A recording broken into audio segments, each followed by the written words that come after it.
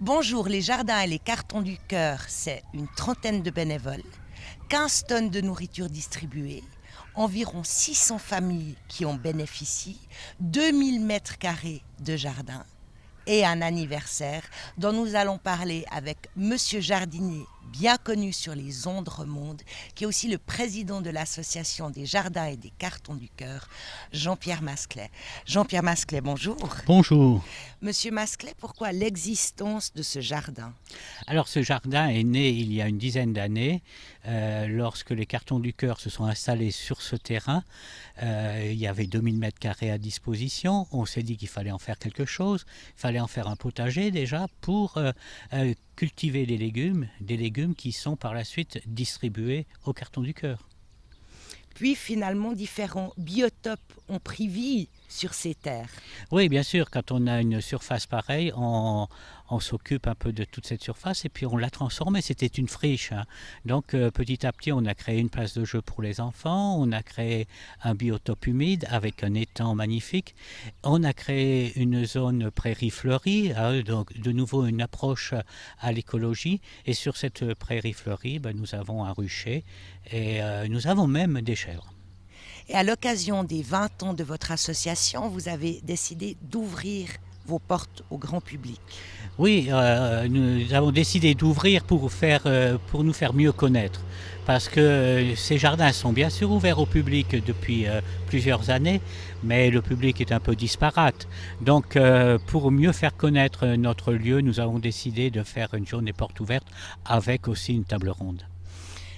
Dans ces jardins, les personnes peuvent cultiver la terre, échanger, se rencontrer, retourner à l'essentiel.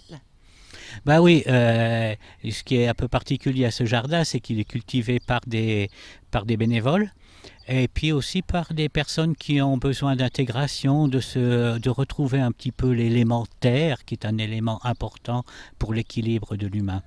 Et je crois que vous organisez aussi des ateliers, des visites pour les élèves des écoles des environs. Ben oui, les élèves des écoles peuvent venir ici. Malheureusement, c'est un public qui est encore un peu trop discret à mon goût. Mais nous organisons des ateliers avec différentes associations, avec des associations de migrants particuliers, appartenance, avec on a beaucoup de contacts, on est en réseau avec différentes fondations et différentes associations. Comment ça se passe quand vous avez des élèves qui viennent visiter les jardins? Oh, alors là, c'est magnifique parce que les enfants sont déjà un peu excités de se retrouver en nature. Ils sont plus dans une classe. Il faut déjà un peu les calmer. Et pour les calmer, la meilleure solution, c'est de les mettre autour de l'étang et de les faire regarder les grenouilles. Alors à la recherche des grenouilles, voilà, il y a un peu de calme. Et après, on peut attirer leur attention et leur faire déguster des légumes, par exemple des carottes que l'on arrache, on passe sous le robinet et ils croquent ces carottes et ils découvrent que ces légumes frais, comme ça, sont délicieux. Vous nous avez parlé d'ateliers qui se déroulent également ici. Il me semble qu'il y a un vrai désir de votre part de créer un contact humain, un échange, de transmettre des informations.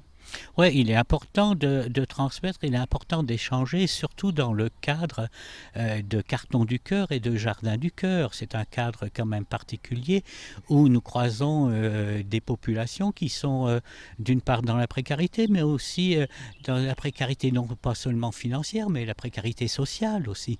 Donc il est nécessaire pour certaines personnes de retrouver des contacts humains. Et le fait de se retrouver dans un jardin, c'est quand même important. Et on peut créer... le jardin crée une ambiance qui permet d'avoir des relations différentes. Donc vous allez au-delà de la mission première des Cartons du Cœur. Ben oui, la mission première des Cartons du Cœur, c'est de distribuer, de redistribuer de la nourriture et d'aider les personnes qui sont momentanément dans la précarité. Le fait que nous soyons dans un milieu naturel nous a obligés, disons entre guillemets, à mettre en valeur cette parcelle et justement de pouvoir faciliter les contacts avec les personnes qui viennent chez nous. Une jolie fête a été organisée pour les 20 ans de votre association. Qu'est-ce qui s'est déroulé durant cette journée? Durant cette journée, nous avons pu proposer à nos invités, en premier lieu, un échange oratoire, à écouter des propositions faites par des responsables politiques, par les responsables de la commune d'Yverdon avec qui nous collaborons étroitement. Et l'après-midi, nous avons les visites des jardins avec différents ateliers. On redécouvre la fabrication du purin d'ortie, par exemple. Et puis une table ronde importante qui a réuni différentes personnalités qui se sont exprimées sur les relations entre l'humain et les jardins. Par qui est livrée la nourriture que vous offrez aux gens qui sont dans le besoin? Alors, nous avons deux sources de nourriture. La première source, c'est la nourriture que nous achetons. Nous vivons de dons et nous avons des donateurs réguliers qui nous permettent de faire tourner notre petite entreprise, entre guillemets, et aussi d'acheter de la nourriture. Et puis, l'autre source de nourriture, c'est Table Suisse. Table Suisse, qui est une fondation au niveau suisse qui récupère les produits qui sont à date de péremption dans les grands magasins qui n'ont pas été vendus. Donc nous récupérons ces produits. Nous avons un gros travail de tri à faire, de sélection à faire pour que le produit soit présentable et encore consommable et que nous redistribuons à nos bénéficiaires. Combien de fois par semaine est-ce que vous effectuez cette distribution? Alors nous sommes ouverts les lundis, mercredis et vendredis de 16h à 18h. Et toutes les personnes dans le besoin peuvent venir ici? Oui, chacun peut venir ici. Vous savez, la précarité, elle est à notre porte. Il y a des personnes qui sont des working poor, qui ont besoin d'aide toute l'année. Et il y a d'autres personnes qui, avec un accident de vie, se retrouvent du jour au lendemain dans la précarité. Nous avons beaucoup de familles monoparentales qui fréquentent nos cartons du cœur. À savoir que nous ne faisons pas, nous ne distribuons pas régulièrement, nous faisons que du dépannage. Ce qui veut dire que lorsqu'une personne se présente chez nous, elle peut repartir avec assez de nourriture pour vivre pendant 3 à 4 semaines. Et ça, c'est la nourriture de base. La nourriture de base. Ce qui est pour nous important, c'est qu'on dépanne une personne qui d'un seul coup se trouve dans la précarité momentanément et ça lui donne un petit coup de pouce pour pouvoir aller plus loin. Et puis ceci 3 fois par année.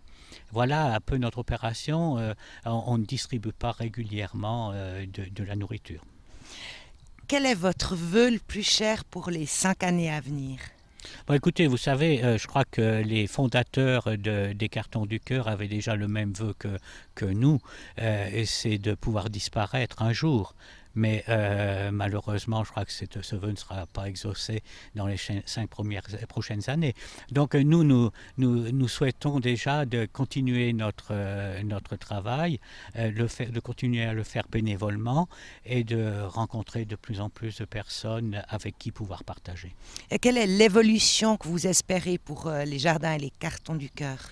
Ce que nous aimerions, c'est surtout une évolution au niveau des jardins, c'est-à-dire au niveau des échanges que nous pouvons avoir entre êtres humains vivant sur un même lieu. Par contre, si d'un seul coup les Cartons du Cœur prennent moins d'importance, ça veut dire que nos sociétés évoluent dans le bon sens. Alors les jardins sont ouverts à toutes et à tous. Vous êtes les bienvenus. Est-ce qu'il y a des horaires, Jean-Pierre Masclet? Non, c'est ouvert au public, vous pouvez venir vous promener quand vous voulez. Par contre, si vous venez le mercredi, je suis à disposition pour pouvoir donner quelques explications.